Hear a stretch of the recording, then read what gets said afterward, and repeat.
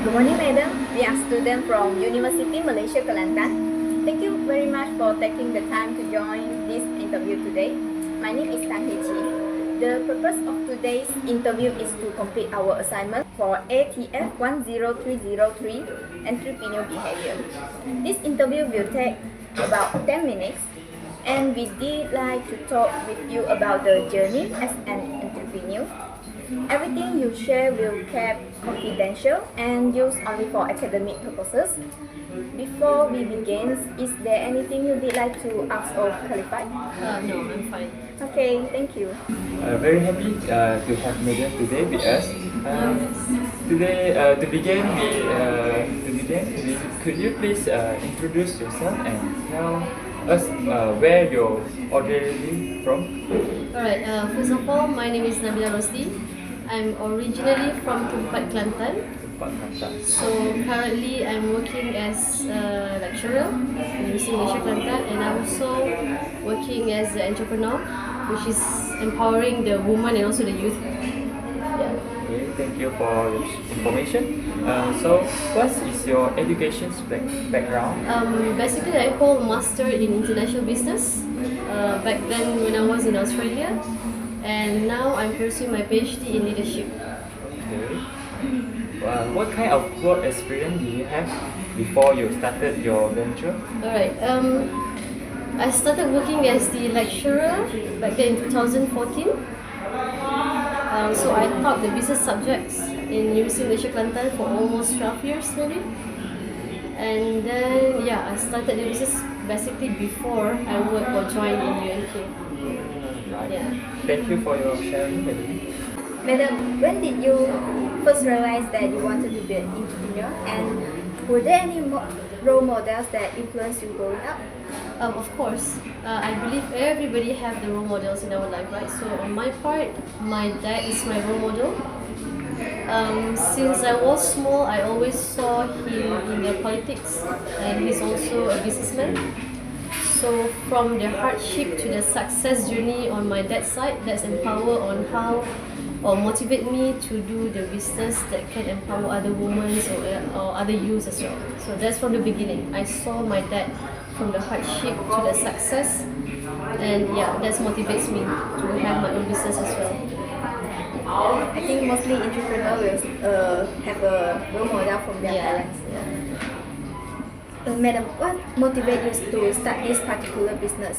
Were there any key factors that pushed you to take the leap? Of course. Basically, especially when I was in Australia, I saw a lot of women. We talk about women. When I was studying library, I saw women with having the not good or maybe having the skin problems, and they have very lack confidence to be in front or to make friends. So when I saw them alone in the library, so I tried to approach or I tried to make friends with them. So when I noticed they having a lack of confidence because of their skin problems, so from there I decided to share some tips. That time I was selling raw juice. Raw juice means I blend with my own formula the fruits and also the vegetables that can make detoxify your skin. So from there I try make and sell it to them, and they use it or they drink it, and their skin become better. So that's made me feel more good when my products or my services can help people as well. It's not about just selling the products, but also can help people. Madam, what were your goals at the very beginning? At the beginning, of course, I want to achieve some goals like material goals. Like I want to have first 1 million within 2 years, for instance, right? So, but later on, the goals keep on changing based on the current situation, where we can see the value is more important compared than this kind of material things. For example, when you do business, when you gain more, you should give more, right? So one of the goals is I want to have the very high quality products for skincare or beauty care. At the same time, it's affordable for all people to buy. What risks did you hold at that time? For example, about employee, partners, or using that? So you mean what belief that I hold for this one? I uphold on the honesty and also the quality. So means when you are in a team, honesty is very important and quality in the teamwork also important. So you must keep it together so that you can move faster than others. That's the things I uphold for the business. So don't think only about the profit. You also must think about or focus on the what we call it honesty, the quality itself. Kalau you kejar duit, profit, then you miss out these things, then cepatlah your business will be turned down, right? Yeah. What kinds of resources, not just money, did you have any access to when you started? Did you have a strong network or of people supporting you, or did you do anything creative to gather the resources? Definitely. From the beginning, I have a few savings, like usual. We can apply for the loan, of course, but I prefer to have my own small savings to start my own business. That time I only have maybe around 5,000 to start the business, and then when got the profit, so I try to invest on something else, and then when got more profit, then we have our own products, for instance. And about the networking, of course, in business, if you even have a very good product, but you don't have good networking, so your product might stuck at one place. So you must, by hook or by crook, get a very good networking. For example, in my place, I told you my dad is a politician, so we have this kind of circle of politician, and me in this academia, so I have the lecturers and the students. So when they see the real results, and they will ask what kind of product you use or whatever, so it's like a bonus for you, you know. Even sometimes when you selling a very good products, but when people say, oh, the owner also not that good, it doesn't have confidence for people to buy it, right? So networking and also the quality is very crucial in business, so that people have a deep confidence to get your products. Madam, what was your attitude toward risk when you first started? Alright, everything you're doing, even you sitting down right now, also have a risk for the share to patah, kan? So even more in the business. Business, of course, there will be a lot of risk. But I'm afraid I will take that risk as a challenge instead of I'm not trying at all. So if I'm not trying at all, it will be more sad for me. So it's okay to have risk, and you should bear, and you should know how to control the risk or solve the risk. So yeah, that's a part of the risk that I learned.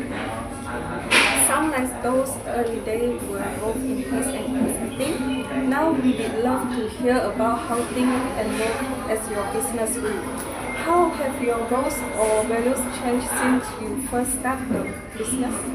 Alright, definitely the goals from the started might be different from the goals that currently that we have in the company.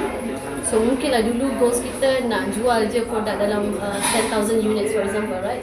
So nowadays, when you understand the quality of the product should be more important than the profits, so you will concern more as well the feedbacks, or maybe the what we call the relationship between the customer and also your company. You're not just selling. Sometimes, if you notice, even the product not that good, but the relationship between the seller and also the buyer is very good.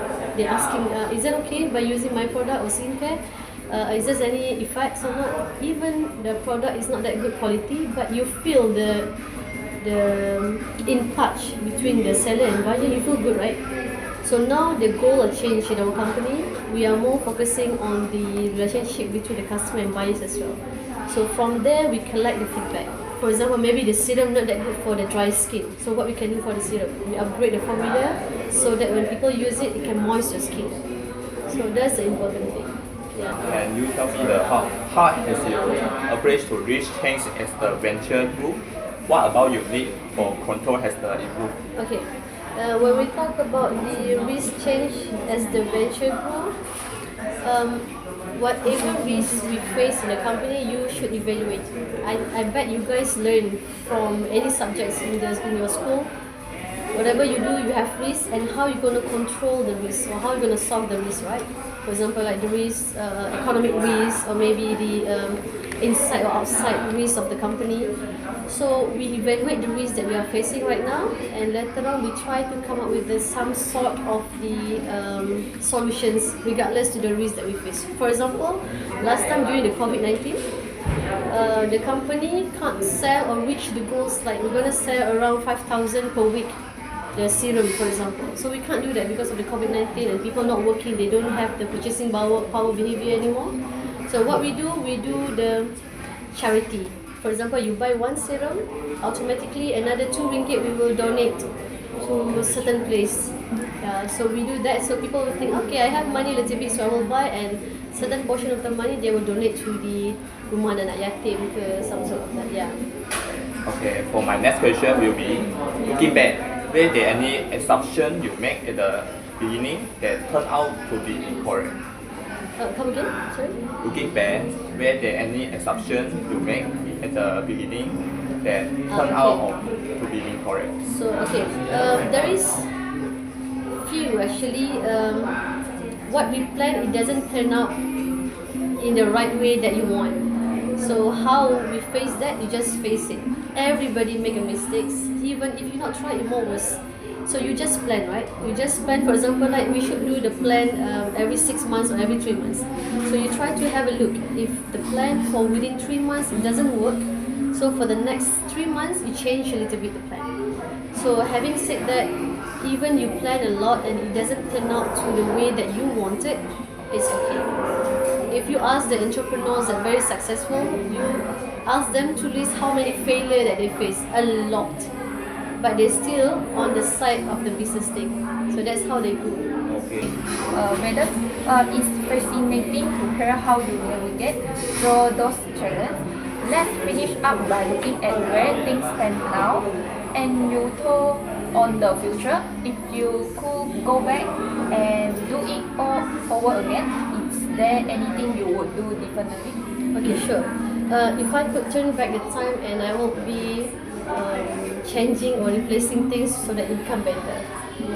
First, your system in the company. System including your team members. So before this, I just do it. I just started, I just do it alone. So it's a hard thing to handle marketing, operations, stocks and everything alone.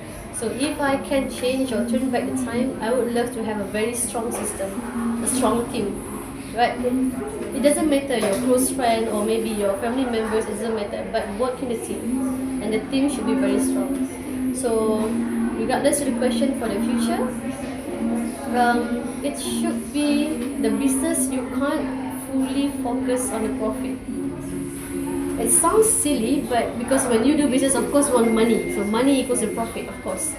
But you should walk together with the resilience. What does it mean by resilient? Resilient means you are resistant to adapt the risk. You are not scared to fall down. Sometimes people like, oh, this month I didn't reach a target, so they feel down and they stop the business. No, you can't. You should be resilient enough or tough enough. And then humility. You should have a sense of human to others as well. You're not just selling. Kalau you tengok macam nak jual lah produk ni, nak dapat duit kan. No, what product can help people? Nak bantu pulihkan jerawat ke, nak putihkan kulit madam ke, right? So you should have those kind of things. Not only think about yourself, but think about your customers more than yourself. Finally, what advice would you give to a student today who's thinking of starting their own venture? Right, what can I give advice for the students if they are interested? Not only just started, but you must have the interest in business. Start small. Don't aim too much to start big. Suddenly, I want to have first 1 million in a month. No. You start with the small, because from the small you can learn slowly the mistakes and you repair, you fix it, or you add on more qualities in the business. So start small and then be tough. And don't be don't be shy to move forward. Sometimes if you notice, if you are thinking like too much ahead compared to your maybe your sisters or brothers, so maybe your mom's like, what happened to you? Just like this, no need to go too fast further in front. So that kind of skeptical mindset, you try to telan dia. Nowadays, if you want to be more successful than others, you can move faster, you have to be brave enough. So kalau ada minat nak buat business, just go with it. Start small but be consistent. Yeah. This brings us to the end of the interview. Thank you once again for taking time to share your story with us. This interview has given us a lot of inspiration and helped us better understand the changes and realities of entrepreneurship. We wish you all the best in everything you do, and we really appreciate your time. Thank you, madam. No worries, thank you.